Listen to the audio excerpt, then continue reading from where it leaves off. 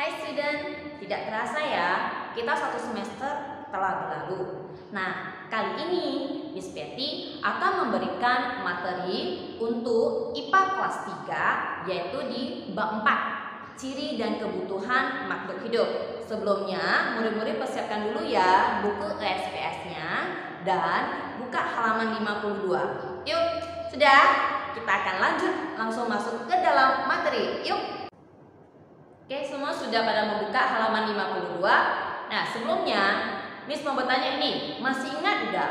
Kita pernah mempelajari yaitu benda digolongkan menjadi dua, yaitu benda hidup dan benda tak hidup.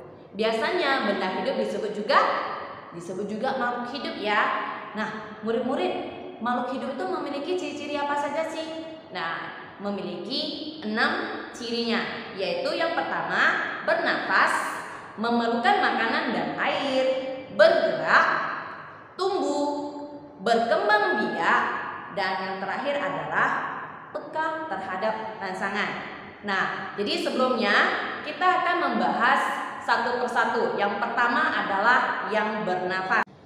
Murid-murid, selama masih hidup, makhluk hidup itu butuh bernafas. Nah, coba murid-murid kalau tahan napasnya selama 10 detik, apa sih yang dirasakan? Ayo ingat ya, tahannya cuma di depan, jangan dikeluarkan di belakang ya, di bawah loh. Nah, coba tahan selama 10 detik. Apa yang akan terjadi?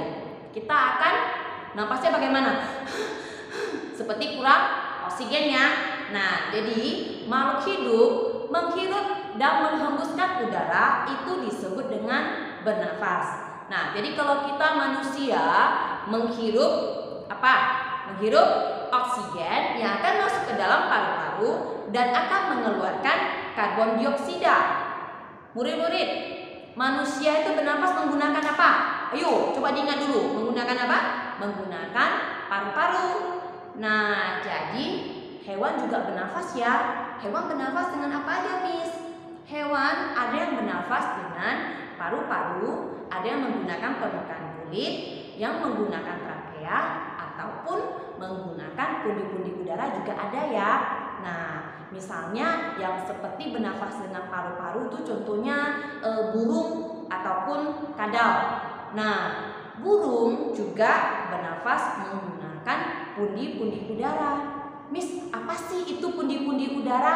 Nah, student, pundi-pundi udara itu merupakan kantong udara yang terdapat di dalam tubuh burung yang biasanya digunakan untuk menyimpan udara dan digunakan pada saat nanti burung akan terbang. Karena pada saat terbang, burung memerlukan udara yang lebih banyak. Nah, jadi kalau misalnya cacing bagaimana, Miss?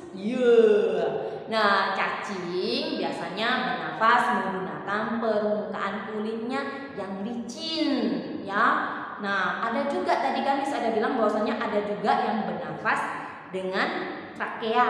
Nah, contohnya apa sih, Miss? Contohnya seperti belalang. Nah, atau sejenis serangga, mereka bernafas menggunakan trakea. Trakea apa sih, Miss? Student, trakea fungsinya juga sama seperti paru-paru manusia, yaitu mereka mengambil oksigen yang di luar dari tubuh dan masuk ke dalam tubuh serangga, ya. Jadi bentuk trakea itu seperti pipa. Nah, itu terdapat dalam tubuh serangga. Jadi kita tidak bisa langsung ngambil serangga itu dilihat, nggak bisa ya. Jadi harus menggunakan mikroskop agar bisa melihat bagian dalam tubuh serangga. Nah, kemudian selain dari manusia dan hewan, tumbuhan juga bernafas ya. Nah, tumbuhan bernafas melalui stomata yang ada di daun dan lentisel yang terdapat di batang. Oke, kita lanjut yang selanjutnya yaitu memerlukan makanan dan air. Setiap makhluk hidup itu memerlukan makanan dan air. Jika manusia tidak makan, ya, maka akan kelaparan, apalagi tidak minum, pasti juga kehausan. Nah, jadi kalau kamu tidak makan, bisa lapar tidak? Pasti, misalnya bisa lapar.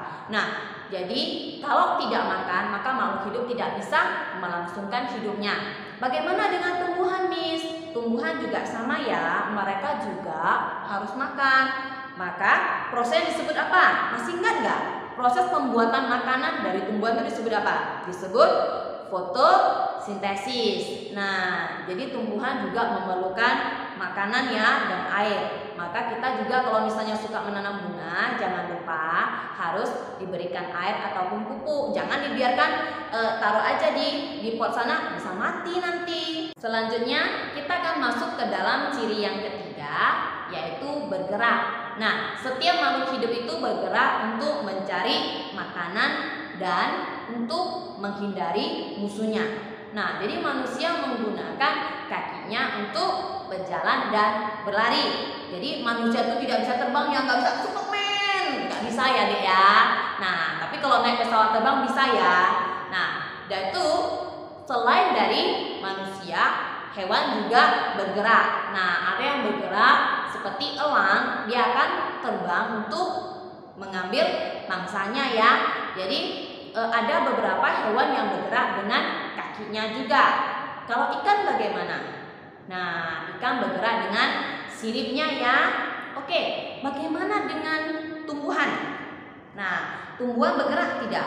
Tumbuhan bergerak juga ya, tetapi tumbuhan bergeraknya tidak seperti hewan ataupun manusia ya. Tidak mungkin kan kamu melihat pohon yang begitu besar, dia bisa angkat batangnya langsung dia berjalan gitu. Bisa nggak? Tidak bisa ya.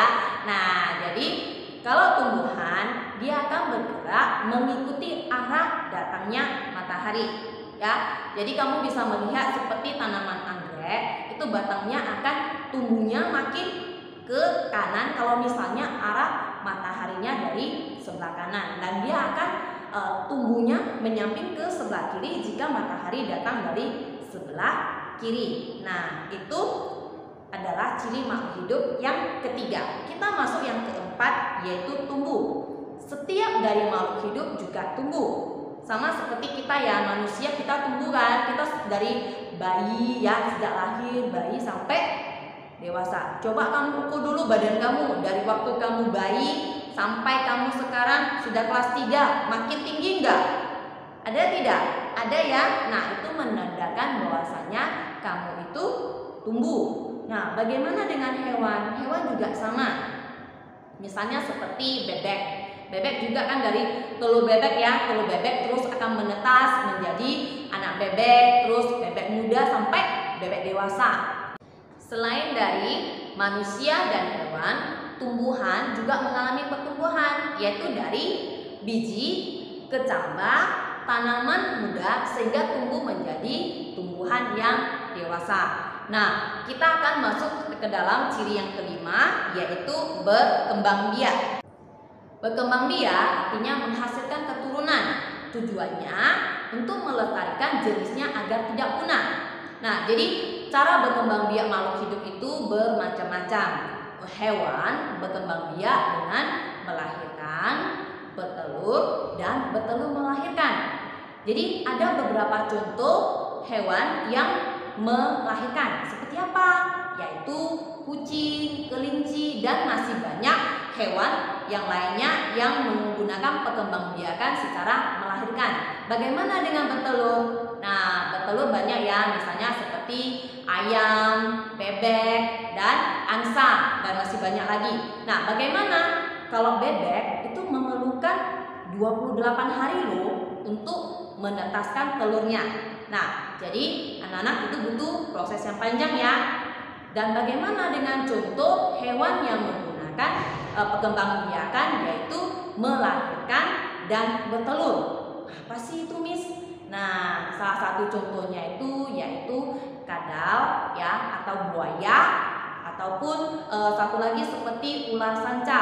Nah, biasanya mereka menghasilkan telur itu di dalam tubuhnya. Nah, setelah telur itu menetas, anaknya akan keluar sehingga dengan cara melahirkan, sehingga itu disebut dengan bertelur melahirkan. Oke, nah selanjutnya tumbuhan itu juga berkembang biak. Nah, jadi tumbuhan rata-rata itu mereka kebanyakan berkembang biak dengan biji. Nah, biji itu terdapat di mana? Ayo, biji terdapat di dalam buah. Selanjutnya kita akan membahas ciri makhluk hidup yang terakhir, yaitu peka terhadap rangsangan. Rangsangan adalah sesuatu yang dapat mempengaruhi kerja bagian-bagian tubuh. Nah, murid-murid, jika kalian melihat cahaya matahari itu yang terang itu bagaimana? Matanya pasti agak sipit-sipit gitu kan? Matanya langsung lebih menutup sehingga tidak bisa terbuka. Ada nggak yang melihat cahaya matahari langsung begitu terang langsung saya pelototin kamu, saya pelototin kamu? Ada nggak?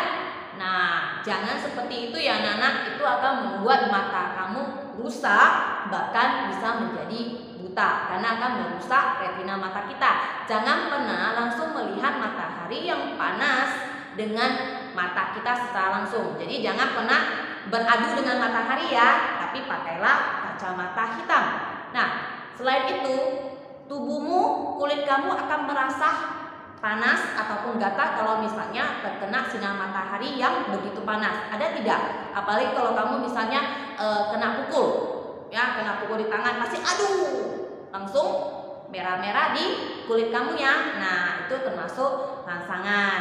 Nah, jadi seperti tumbuhan, dia juga memiliki rangsangan, yaitu seperti daun putri malu. Nah, tahu nggak daun putri malu itu seperti apa? Nah, jadi daun putri malu itu banyak tumbuh di dataran-dataran tinggi. Nah, kalau kamu sentuh daunnya, dia akan menutup. Tujuannya apa? Tujuannya agar dia tidak dimakan oleh hewan pemakan tumbuhan. Hewan juga peka terhadap rangsangan. Nah, salah satu contohnya seperti siput. Siput kalau kita sentuh, dia akan menyembunyikan dirinya. Dan kalau misalnya dia terkena sinar matahari secara langsung, dia juga akan menyembunyikan tubuhnya ke dalam cangkangnya ya. Nah, itulah 6 ciri dari makhluk hidup. Oke, student, jangan lupa untuk baca kembali bukunya dan jangan lupa jaga kesehatannya. Sampai di sini video kita. Sampai jumpa.